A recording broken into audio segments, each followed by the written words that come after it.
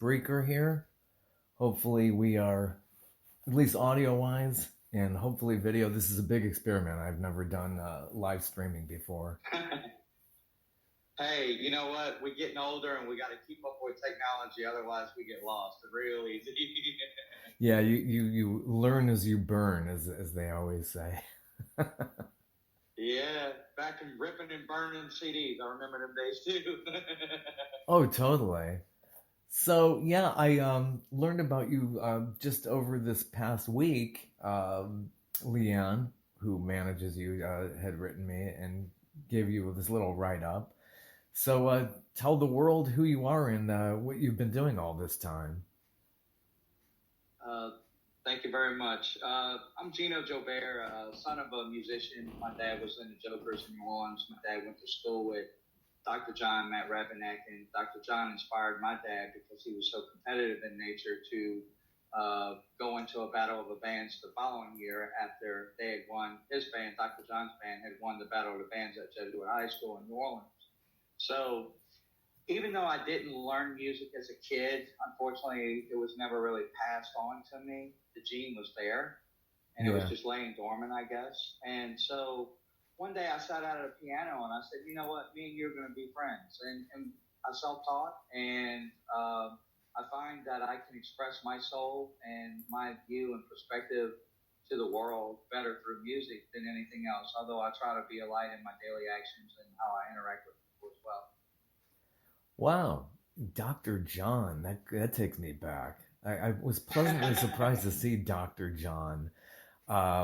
We were up in Chattanooga years ago, and they played on the river there. And oh yeah, Red Bank, I know that area well. Yeah. Just like I know your area very well.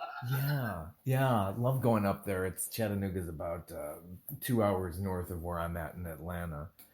So yeah, it's just such a beautiful show. Dr. John was just that was a class act.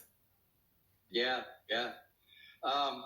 Well, I'll never forget it. In 1989, I was living up in New York, and I just happened to peruse through the village, and at the village gate, there he was on the marquee, and I was like, holy cow, this is crazy, you know? Oh, yeah. Yeah, just one of a kind. So unbelievably talented. Just watching that, it was just mesmerizing. 1989 was the year I moved here to Atlanta from Cleveland, Ohio, where rock and roll was born. Came down here only because you have the Rock and Roll Hall of Fame in Ohio. They were lucky somehow. I think the term was coined there by DJ Alan Freed, and that kind of inspired a lot of that. But yeah, a lot of good roots there. But in '89, I met Ricky Lee Jones. We did an interview. It was my day job, and she was just going on and on praising the daylights out of Dr. John. Really well, I'll tell you I'll tell you some stories the public may not know about him. Well, one, he actually did play on North Dupree Street at my Meemaw's house, let her rest in peace. But so he, the musician community in any city is really very well connected. It doesn't take long. You know, if you are of a certain level of musicianship that you begin to meet all the players, as they say. When I was in Atlanta, it didn't take long, and I was blessed beyond measure to meet some fabulous musicians and sit in on some jam sessions that were just epic. Those were some of the best times that I can always remember in music because it wasn't premeditated. You just felt the flow, and the next thing you know, some magic's being created, and you're like, man, too bad we wasn't recording that, you know? But that's what I love about music is basically the best way I like to describe this is we're all like crayons in a box of crayons. Now, you can go buy the little small pack that only has like 6 or 7 colors in it, or you can get the real big pack, and that's those big band productions when there's 12 musicians on the stage, when everybody's playing where they're supposed to play. That's some of the most beautiful things you will ever witness in your life, you know? Oh, it totally is. What magic. So, where exactly did you grow up, and how did you get into all of this? I grew up in La Place, Louisiana. Then I went into the Navy, experienced a little success there with winning a battle of the bands in Guantanamo Bay, Cuba. We were doing Reptile Training, and luckily we pulled into Fort that weekend when they had the contest. But I even have a buddy of mine that I still keep in contact that plays music down in the Keys, named Pete Baldwin. And it's after that I eventually moved to Atlanta around '98 and discovered a bunch of people there and began recording with a guy named Greg Chance. And he was real big in South Georgia with the Chance Brothers band. And now his son's into music too. And I'm trying to reconnect through Facebook, but it hasn't completely happened yet. But you know how it is. You meet a lot of people and you cross a lot of paths. But so in Atlanta, I began playing with a band called the Sassafras Rifters. And we played at a lot of great venues. And one of my favorites was the Relapse Theater in Midtown Atlanta. But, you know, we played all over Athens, Alpharetta, Atlanta, you know, even into the foothills like Demarest and places like that. So we got out. And we was playing that right at the time that Zach Brown was being discovered. And so, like, Chicken Fried had already been out for 7 or 8 years, but a lot of people didn't know that till it hit the mainstream, you know. Wow, Zach Brown. Oh my gosh. So you've been all over these parts. Yeah. Yeah. A lot of good music coming out of this town. Yeah, I love being able to go to places like Eddie's Attic. I always give them a plug. It's just Smith's Old Bar.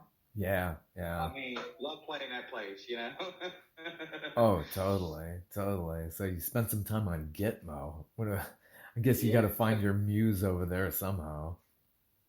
Well, let me tell you what, that was a crazy weekend because I actually got to go jump into the water and found the underwater cave, and that was so phenomenal to me. At being 19 years old, and, you know, I actually was petting fish in the water, and I just thought that was the craziest thing, you know, because it was a new experience.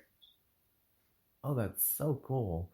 So getting into recording, what was your first recording, and do you have a big catalog out there that everybody should know about? I don't have a big catalog because when I was with Sassafras in Atlanta, we actually only recorded 3 songs, and then I put out a song called Love Triangle, and everybody loved this song. In fact, it went on SoundClick.com and went to #1 in the subgenre of rock and roll out of 67,000 submissions. But the thing is that song became self-fulfilling prophecy within the band. And what happened was the band broke up because the girlfriend of the drummer ended up sleeping with the bassist, and everything fell apart. And I was devastated. I was crushed because we had such a great Southern rock root sound. And just like that, overnight, it fell apart. So I kind of went into music hibernation, as they say. I stepped away for about 10 years. And then I'd written a song back in '92 when I first started learning how to play. And I said, you know what? It's not ready for this song. And this is the song dropping today, Time for a Change.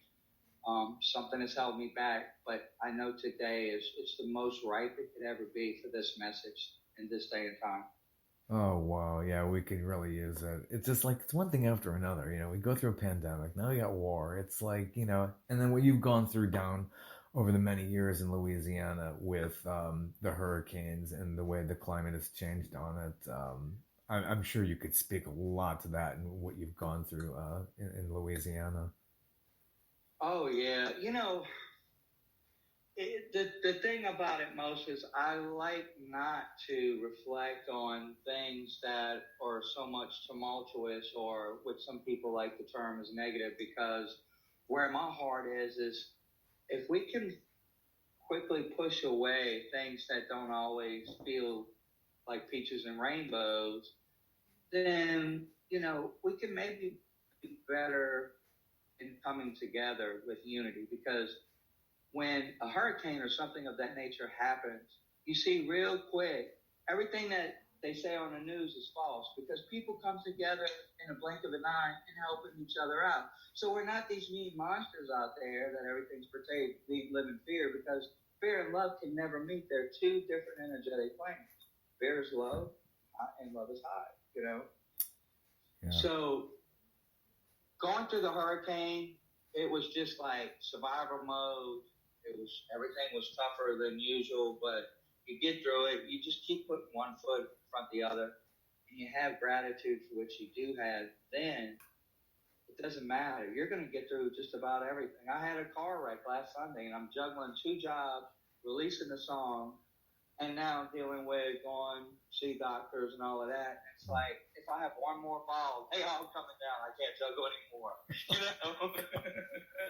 There's a song in that somehow. Oh my gosh. That's the thing. Even if somebody hits you at like 15 miles per hour, it's still a jolt. I don't know how I don't go into cardiac arrest. Even if somebody just like bumps me. Oh my God. I drove by a wreck the other day, and like the whole front of this minivan was smashed. I'm like, this is just devastating. I can't even imagine it because they're going so fast. Right. It's so crazy. Well, better health for you. I mean, my gosh. Yeah, but hey, here's the thing. What I would like to do is, we have a war going on right now with Russia and Ukraine, and if this is not carefully attended to, then this could turn into World War III. And very few people realize that, it seems. Looking at the pulse on social media, looking at the pulse on Facebook and whatnot, it doesn't look like other catastrophes that have happened where you see so much support, outcry, and so it's kind of boggling my mind to just see that in progression, real time. Yeah. It's just like we hadn't seen anything like this in a while. We've had conflicts all the time, but just like this is in real time now with a real devastating thing happening in Ukraine. It's just beyond heartbreaking, definitely.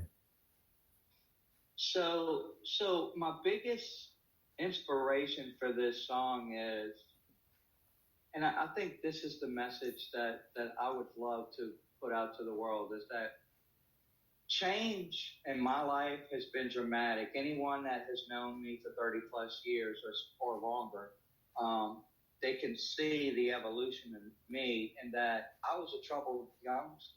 I had a lot of things that I had to work out, figure out, but nobody gave me those answers. I had to find them. Changed my way of thinking, which also changed my beliefs, which also changed what I can manifest in life. Yeah, totally. It's just, it's unbelievable what you learn as you're getting older and all the things you go through, and then this can come together in song. So, Time for a Change. When was the catalyst? When did that seed get planted in its evolution and the songwriting for that? So I wrote it in '92. In fact, in one of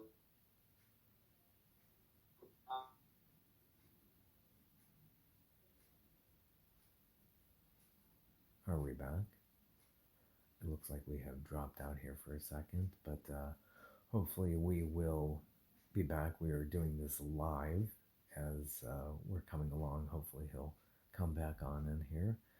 I will fill the gap as we are going along, since this is in real time. This is Gino Joubert from Louisiana, and wrote a new song called Time for a Change, and we hope to play that video here in a few moments. And you know how technical difficulties go these days. It's always something with these kind of live streams. Are we back? Yeah, we're I was filling the gap here. I saw that. Nice job. Good recovery. It's like if somebody messes up while you're playing live, you just got to keep going. You can't stop, Yeah, you just don't stop unless, somebody's shooting or something. Reminds me of the old Blues Brothers movie. Exactly that. There might be sense, but they're throwing the bottles at the chicken wire. We tend to get a little glitchy.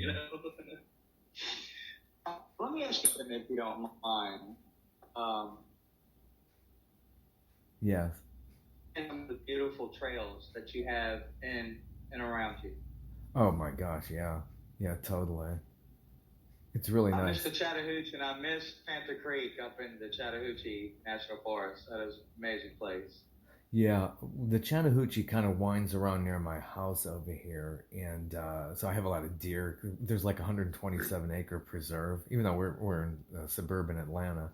I'm like right by the hooch over here, so yeah, they're doing a lot of things to try to preserve things around here. A lot of nice trails, definitely. Mm-hmm. Yeah.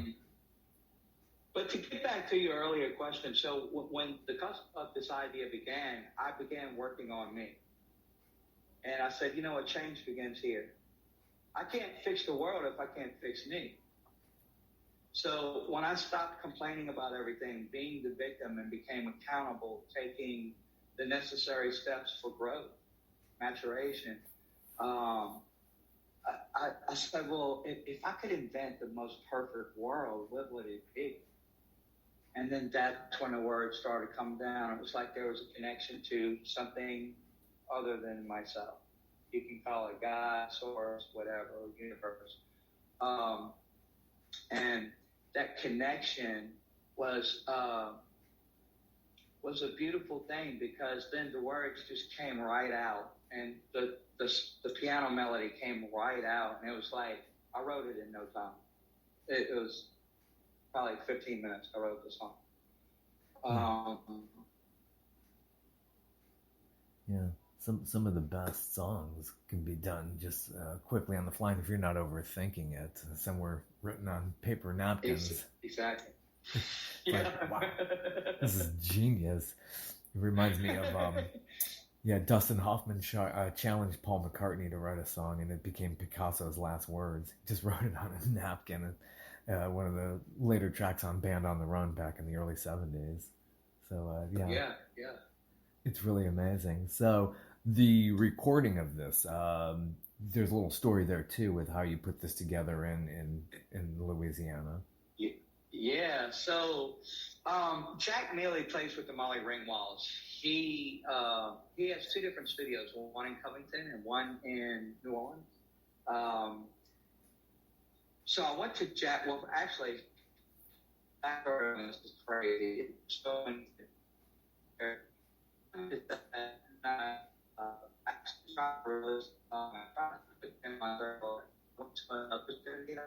it didn't work.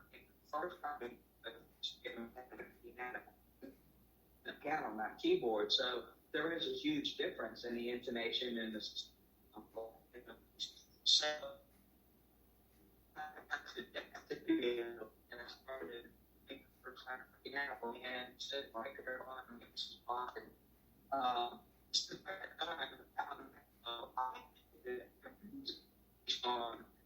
could keep it that's all and that they would all people would come together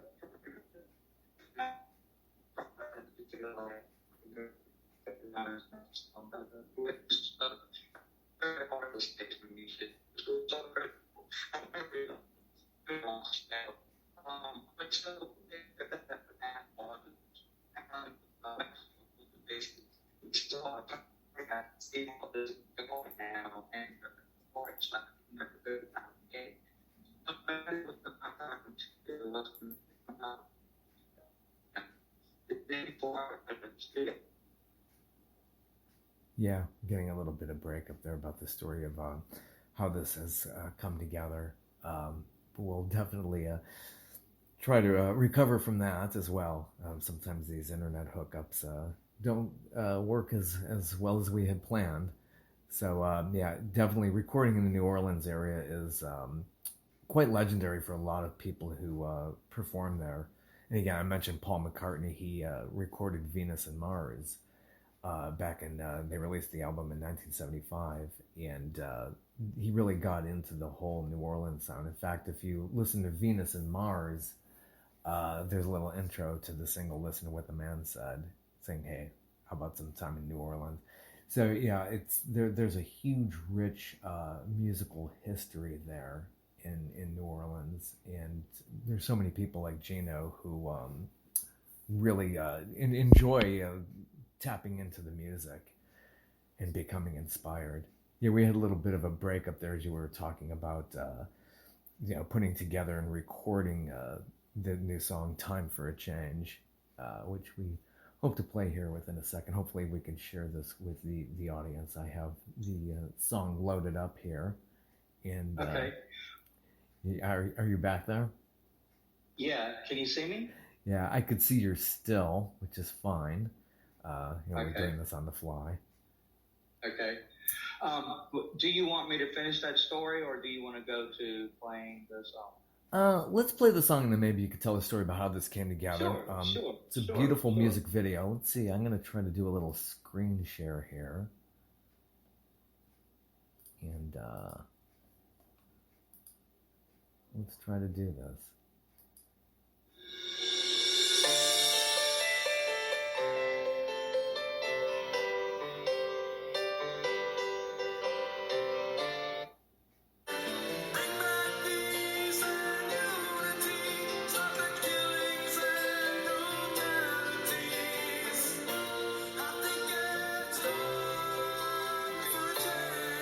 Let's try to do that again. It's like we're doing a webinar here.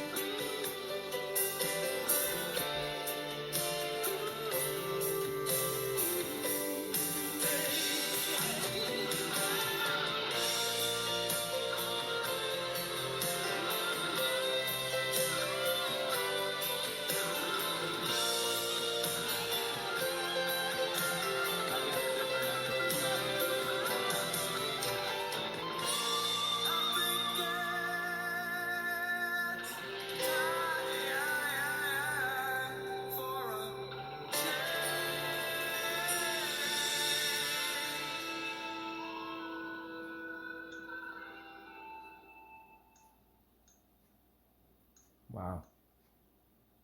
There you go. Wow. Well, thank you so much. I appreciate that. Wow. There's actually gonna be a different edit than that at the very end. Yeah. So I kind of, I don't know. I just believe in divine inspiration, and there's been 2 edits to that song as far as the video goes, but it makes it more time appropriate. with the war in Ukraine, and also the overall flow. So basically, when it's released here at another 35 minutes, it'll be released onto YouTube.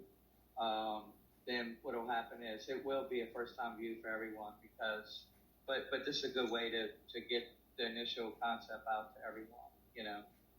Yeah, wow. And so putting that video together, who was your director, and how did you choose all those images, or that person did? So that's a great question, Rob. When I hear a song, besides hearing the different accompaniment of musical instruments, a lot of times we'll see a video forming along with the song in my head. So what I'll do is I will write down what those images are, and then later on I can come back to that and say, okay, when we get to this scene, this is what has to be portrayed.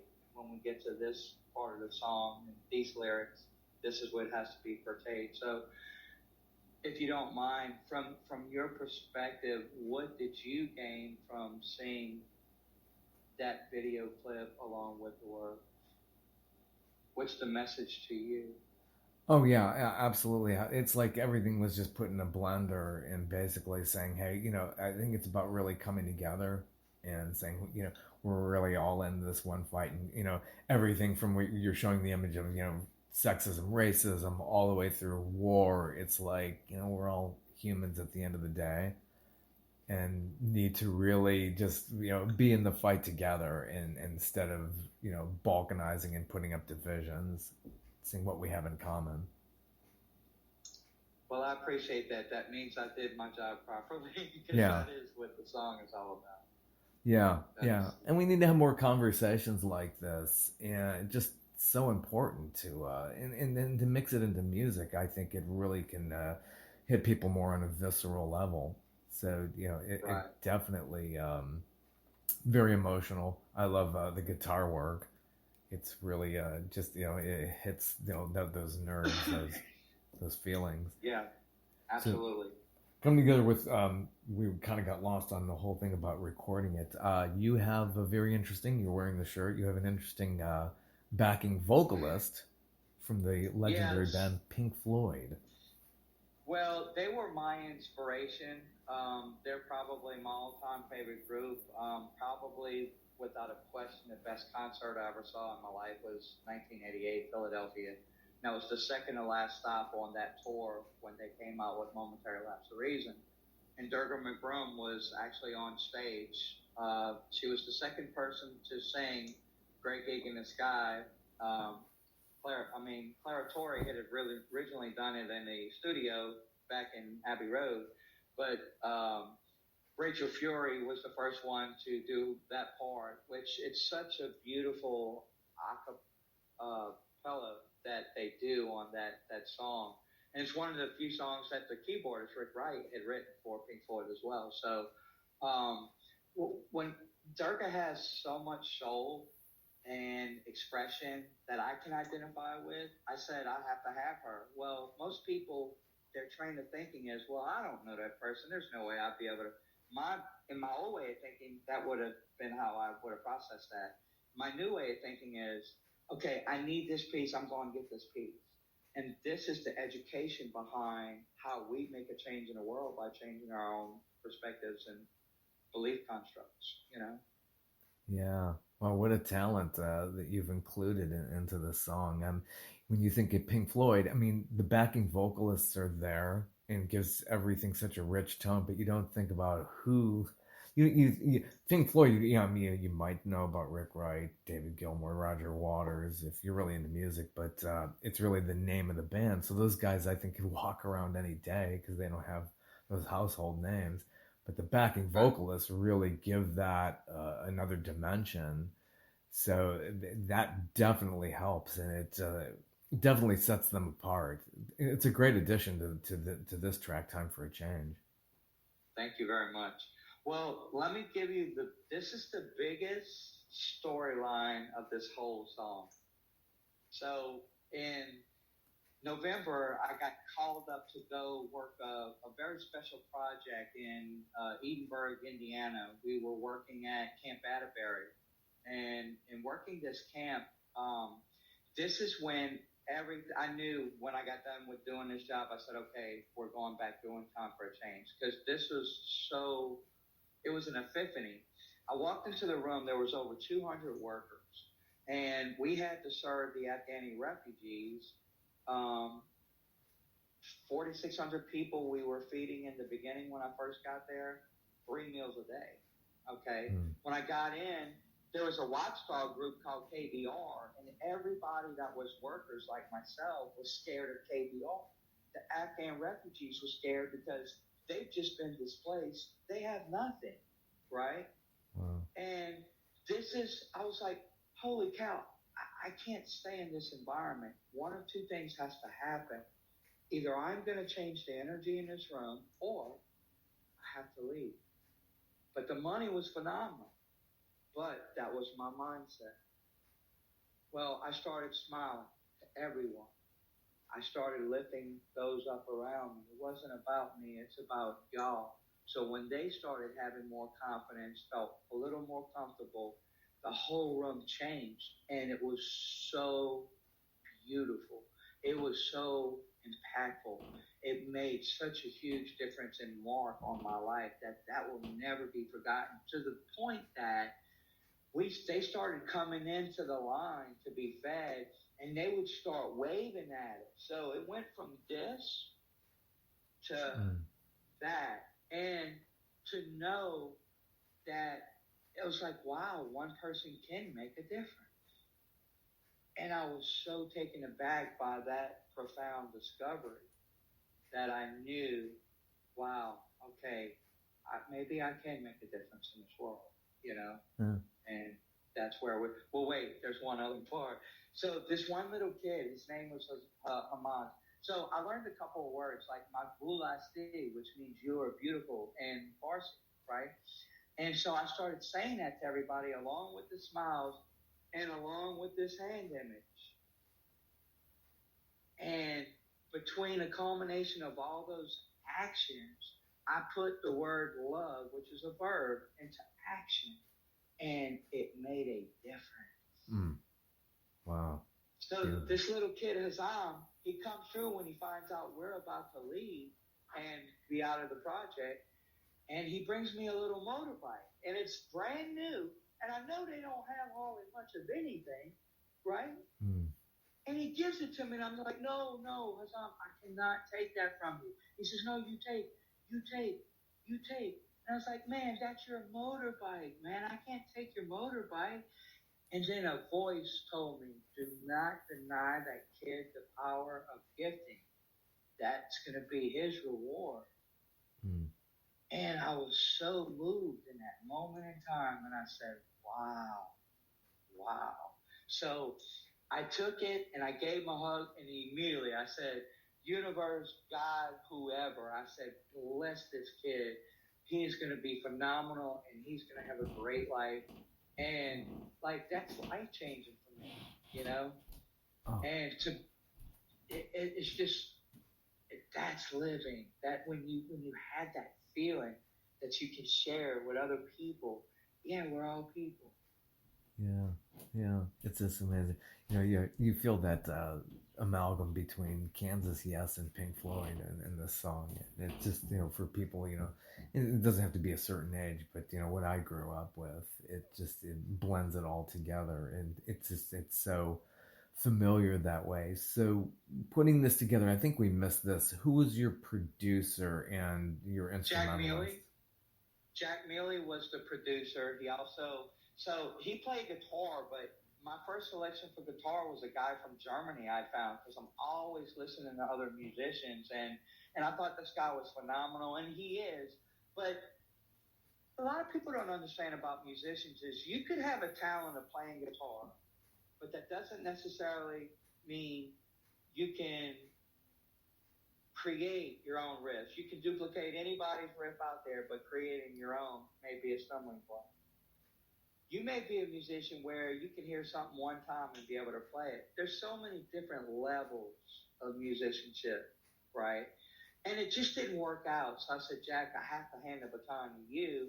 And Jack, within a day, he came back, and I was like, yeah, that's exactly what I heard. Like, I didn't even tell him. So that's how magical that was. Then Alan Maxwell, a lot of people consider him one of the best bass players in Louisiana. And it's all subjective. You know, there's just different styles. But Charlie Wooten's another good bassist whom I may have brought in on my next project. We talked right before he went to play the show in Atlanta for Mardi Gras. So there's a good chance that me and Charlie are going to collaborate and revive Love Triangle and make it fresh, you know. So that will be the next song coming. On drums is Doug Blott. And Doug is just such a great studio drummer because he doesn't overplay, but it's like every stick, every note is just it pops, you know. So I knew once all those pieces were put together, it was gonna create something beautiful. And I sit back and I still like, wow, I can't believe I did that, you know. So it's an amazing feeling. Oh, it is. It totally is. So how did you trade files? Like so many people through the pandemic have been recording songs, and it's so much easier now just to send files across the seas. Your vocalist, yeah. I went into the studio in New Orleans, and it was me, Doug, and Alan and Jack. Now Jack did all the engineering, so he laid his guitars after the fact. Durga, she did hers remotely, just like you're saying. So we sent her the tracks. She laid her parts. She sent them back. Jack mixed it down, and then when he sent me the first mix down, I was like, wow, this is something else, man. He did a great job mixing it down. And, you know, as you notice, I'm always giving credit to the other crayons. It's not, hey, look at me, what I did, because that's society. That's a broken system that everybody says, let's have normal. What is normal? It's broken. Let's create a normal that's not broken, where we can truly, like the good old days when we were kids, we can remember having a ton of friends where we played outside and we did all these activities, and there was unity, there was a bond, there was strength. We had each other's back. Slowly that was chipped away at by design so that we could be better controlled. And I don't like control, because freedom is actually something that we all should cherish and hopefully stand for. So Mardi Gras back in New Orleans. This is 2022. How's that vibe been feeling? This just happened. You just celebrated Fat Tuesday the other day. You know, it's funny is I got around some people and I was like, you know what? I'm just not feeling it this year. Because, of course, I'm in the middle of this project. And I was like, I have work to do. I right now, I can play later. But I was just so focused on because there were so many things that not only did I have to pay for the project and those musicians and the time and engineering and so forth and so on, videography, but I also had to make sure that I'm coordinating, just like an expediter in a restaurant. Everything has to timely come together. Can't have the video coming out a month later, you know. And so there's just so many working parts that are happening at the same time that I had to keep attention to detail to, you know. Yeah. And then those vocals are just like amazing. I just like how you hitting those notes are just like, you know. I remember seeing Kansas years ago. It reminded me of the lead singer of Kansas, and it's just magic watching somebody be able to bring such beauty out in vocals. It's just like, what is the technique for somebody like that to do that? Okay, I don't know if this is going to be graded from somebody from Berkeley or Juilliard, but I'll say this. All I can say is I sing from the heart and from my soul. And so whatever comes out is me exposing myself and being completely vulnerable. Now, somebody else, they may have all the vocal training in the world and they go about it a whole different way. I'm not sure. But I sing what I feel. Yeah, there's a real vulnerability about singing. It's true. Maybe, I don't know, because you get so judged just doing the act of it. And this is long before American Idol, but where they were really making people feel self-conscious. It's just, yeah, you're doing it from your gut, and gosh, hitting that diaphragm and getting those notes. It's just amazing. So here's a little funny tidbit. So to finish the story earlier, I said, Jack, we got a problem. He said, what? This is so comical. I said, dude, the allergies are killing me. I said, my voice sounds like sandpaper. This is Tuesday the 8th, the day before February 9th, where we went in and recorded. And so he says, what do you want to do? I said, Jack, I don't know. I said, we're going to record everything, maybe minus vocals. Maybe I can save an hour and come back some other time. But it's me, I got to think like a chess player. I can't play checkers here because there's so many moving parts. And I said, I got to know I have a contingency plan, So he said, yeah, don't worry. If you only use, if you save an hour and you can come back in later, okay, great. So I go in. Doug Blott's sitting behind the drums. I'd never met Doug before. And so after I laid my piano tracks and keyboard track, I said, you ready for me to do a scratch vocal? And he said, yeah. And so I just pretended there was 50,000 people in front of me and let it rip. And when I did, as soon as I got done, Doug had never heard the song before, obviously, and he goes, I think those aren't scratch vocals. I said, I think you're right. Sometimes they're the best is when you hit it that first time. It's just better sometimes spontaneously rather than sitting there overthinking. It's like then you become more self-conscious. Right. So when did you first feel like you really knew how to sing and play the instruments? I would say probably back around 99. I actually flew out to LA and performed before American Idol. There was something called the annual Taxi Road Rally. I don't know if you've ever heard of that, but so I went with Great Chance and flew out there, and believe it or not, they called me first. So I opened up the show, and I wasn't expecting that at all. In fact, I didn't even think I'd get a chance to be called because so many musicians are there, and not everybody will get a chance to perform. There's library pitch panels and other panels, songwriters pitch panel, and they kind of give you industry notes of what to expect and what you're going to go through and all that kind of stuff. And but at that moment, I think I began to have a little confidence in myself and to both sing and play. Yeah, it's just amazing. Just going through school, did you do talent contests, stuff like that, play gigs as you were? No, because I was a late bloomer. Most people start music in school. And if I could go back and change time, I would. Yeah. But I didn't really sit down I might have hit a note here or there. Once in a blue moon, somebody had a piano, whatever. But as far as like any type of regimen of practicing or learning or anything like that, that didn't happen until I was 22. And how I did that was, I used to always tell myself, well, I don't know the piano, so I'll never learn how to play. Well, that was my reality for years. And I started dating a girl that was real big in the theater at the time, and she was doing a play that they was doing their rehearsals at Tulane University. And so she says, well, look, while I'm going to rehearse, if you want, because you've been talking about wanting to learn to play piano, there's the piano rooms right next to where I'm going to be. Why don't you just go sit down there while I'm rehearsing? I said, great idea. So I'm sitting down at a Steinway, and I'm going, wow, this is a Steinway, And sure enough, in 2 weeks' time, I was playing Catch by Memory with both hands, and that left hand is doing an arpeggio. And I was like, holy cow, we're friends. How neat is that? That's so cool. Yeah. So how much did you do through the Navy? How long were you in the Navy?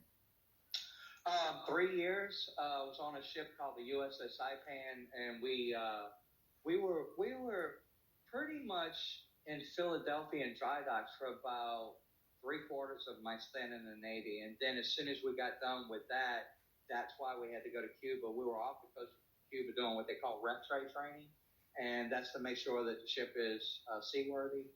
So you got to run all these tests, and I worked on the flight deck, and there was long hours, and after that, long hours, we'd still go practice music and, get ready for this contest and all that. So It's a love. It's a passion. Oh, absolutely, it is. So, getting back to live performing, what does the future look for you as you forge ahead?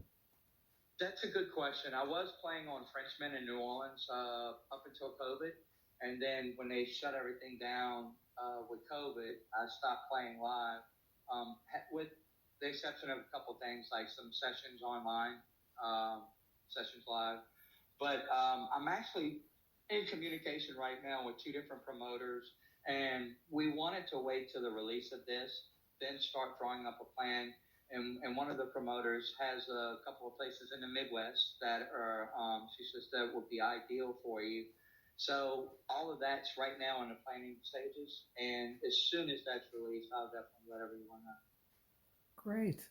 Well, best wishes to you and everything going forward, and hope to see you in New Orleans soon. It's been a while since I've been there. I actually visited there in, I believe, '04. This was a good year and a half before Katrina.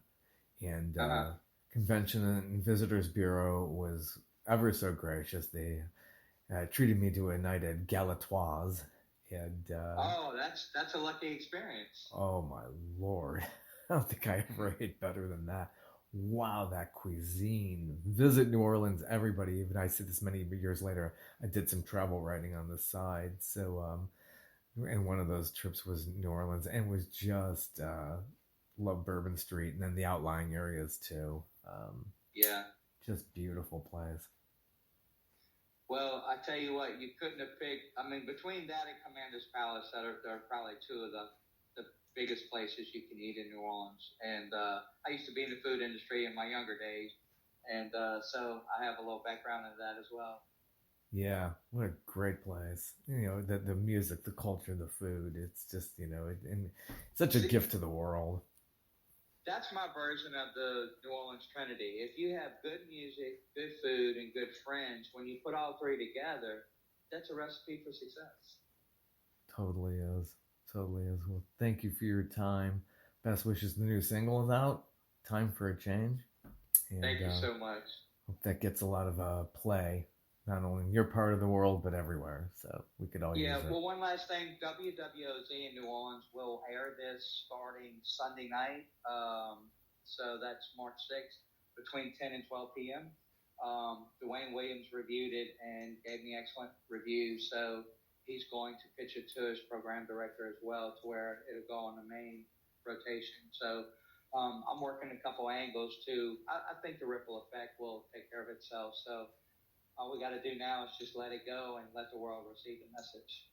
Great. And if anybody didn't see it, I'm not sure if my website is actually refreshing and able to show this right now. I know I've been on Spreaker here. Hopefully people hit that. I will try to have this episode up soon. Where can we find you on the nets? You're on all the socials, I guess. Yeah. If you Google Gino Joubert, it will show, like, from the music perspective, it'll even bring up stuff from Sassafras Rifters, but also, but all the major platforms the music is out on. Well, actually, it gets released at 7 p.m. tonight, Central Time. So Spotify, Pandora, iHeart, going down the list, all of them. It's going to be on all of them. Awesome. Best wishes. Great speaking with you.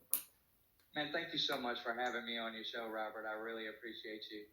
Take care, and hope to hear more from you in the future. Hey, God bless, my friend. Have a good one. You too. Thank you. Bye-bye.